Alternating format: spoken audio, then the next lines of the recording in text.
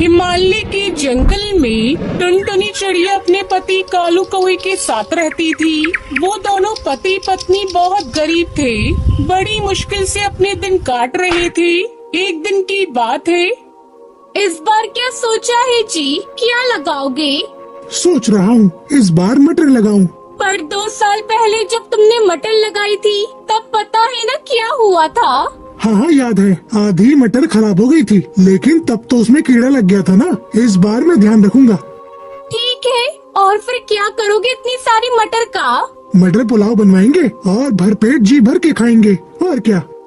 कालू कौवे की बात सुनकर उसकी पत्नी टुनटुनी चिड़िया भी हंस पड़ी। बारिश का मौसम आने वाला था, तो इस बार कालू ने तय किया कि वो अपने खेतों में मटर लगाएगा। उसने बड़ी मेहनत से खेत को तैयार किया और मटर के बीज भी बो दिए। कुछ दिनों बाद पहले पौधे आए और फिर उन पर हरी हरी मटर लगनी भी शुरू हो गई। टुनटुनी, ओ टुनटुनी, चलो जरा तुम्हें कुछ दिखाना है। कालू कौवा टुनटुनी चिड़िया को मटर के खेत में ले जाता है। खेत देखकर टुनटुनी चिड़िया के चेहरे पर भी मुस्कान आ गई। पूरा खेत हरी भरी मटरों से भरा हुआ था। ऊपर वाले की कृपा से बहुत बढ़िया फसल हुई है इस बार। तुम देखना टुनटुनी, इस बार खूब अच्छे पैसे मिलेंगे इन मटरों के। मैंने सोच लिया है, पैसे आते ही सबसे पहले घोंसले की छत ठीक करवाऊंगा। और कोई खर्चा है क्या, वो भी बता देना। हाँ है ना, एक बढ़िया सा हार भी दिला देना मुझे। हाँ ले लेना, एक नहीं तुम 2 हार ले लेना इस बार। मटर की बढ़िया फसल देखकर दोनों पति पत्नी सपने देखने लगे। दूसरी तरफ पूरे जंगल में भी ये खबर फैल चुकी थी कि इस बार कालू और टुनटुनी चिड़िया की फसल बहुत बढ़िया हुई है। फिर एक दिन कालू कौवे के घोंसले के बाहर मुखिया हरिया तोता आता है। अरे मुखिया जी आप?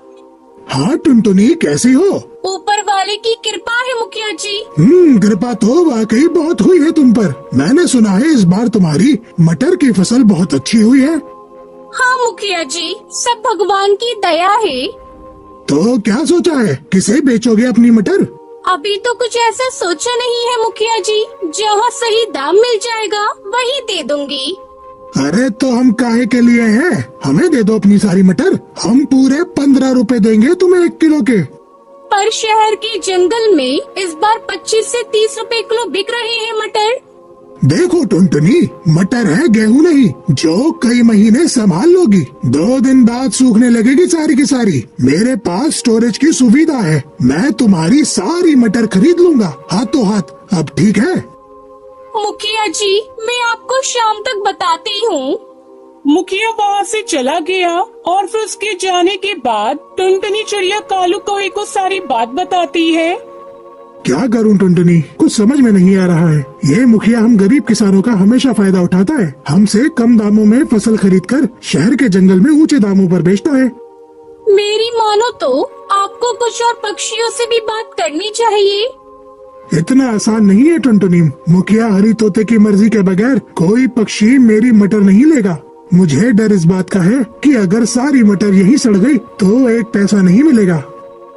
हाँ अच्छा, तो फिर क्या कर सकते हैं? मुखिया जी की नजर हमारी फसल पर है तो बेचनी तो उसे ही पड़ेगी। दोनों ऐसे बातें कर ही रहे थे कि तभी उन्हें बाहर से शोर सुनाई दिया। पक्षियों की चीखने चिल्लाने की आवाजें आ रही थी। दोनों ने फौरन निकलकर देखा तो पूरे जंगल के घोंसले जल रहे थे। आग बहुत बढ़ चुकी थी। बस एक टुनटुनी चिड़िया का घोंसला सुरक्षित था, क्योंकि वो उसके खेत के किनारे ही था और बाकी के घोंसले से दूर था। कालू और टुनटुनी चिड़िया फौरन पक्षियों की मदद के लिए चले गए।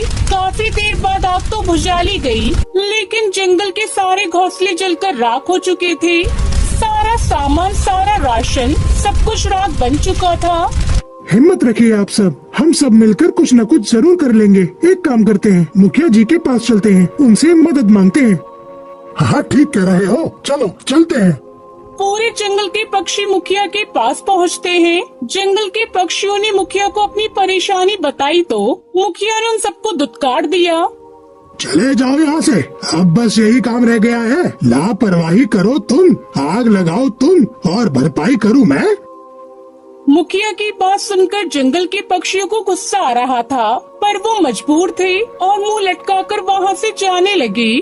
फिर घर लौटते ही कालू कौए ने कई पक्षियों के बच्चों को भूख से रोते बिलखते देखा और फिर उसने टुनटुनी चिड़िया से कहा, टुनटुनी, घर में कितना चावल है? बहुत सारे हैं अभी तो। वैसे आप क्यों पूछ रहे हो?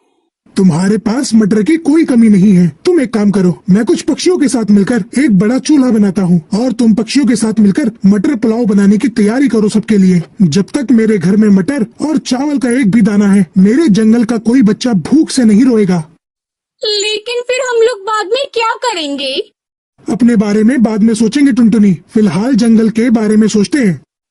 टुनटुनी चिड़िया ने इसके बाद कुछ नहीं कहा और खाना बनाने की तैयारी शुरू कर दी। अगले कुछ दिनों तक टुनटुनी चिड़िया की रसोई में ढेर सारा मटर पुलाव पकता रहा और जंगल के पक्षियों की भूख मिटाता रहा। सारे पक्षी कालू टुनटुनी चिड़िया को दुआई दे रहे थे, लेकिन फिर धीरे धीरे कालू के घर चावल और मटर खत्म होने लगे और कालू और टुनटुनी चिड़िया सोच में पड़ने लगी। तभी एक दोपहर कुछ ऐसा हुआ जिसकी उम्मीद किसी को नहीं थी।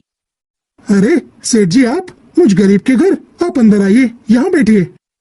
अरे बस करो भाई, तुम पहले ही बहुत कुछ कर चुके हो। यहाँ जो कुछ हुआ उसके बारे में मुझे सब पता चल चुका है, लेकिन अब किसी को परेशान होने की जरूरत नहीं है। मैंने आदेश दे दिए हैं, अब सब कुछ ठीक हो जाएगा। और हाँ, तुम्हें अब जंगल के मुखिया के लिए चुना जाएगा।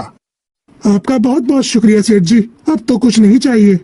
तुम्हारे जैसे उम्मीदवार जो सच्चे दिल से गरीब पक्षियों की सेवा करते हैं, वही सही मायने में मुखिया होते हैं। अब कालू कौए को मुखिया बनने से कोई नहीं रोक सकता था, क्योंकि सारे जंगल के पक्षी कालू और टुनटुनी चिड़िया के साथ होते हैं। कालू कौआ जंगल पक्षियों का मुखिया बन जाता है और फिर उसकी सारी मुसीबत दूर हो जाती है। साथ ही जंगल के पक्षी खुशी खुशी रहने लगते हैं।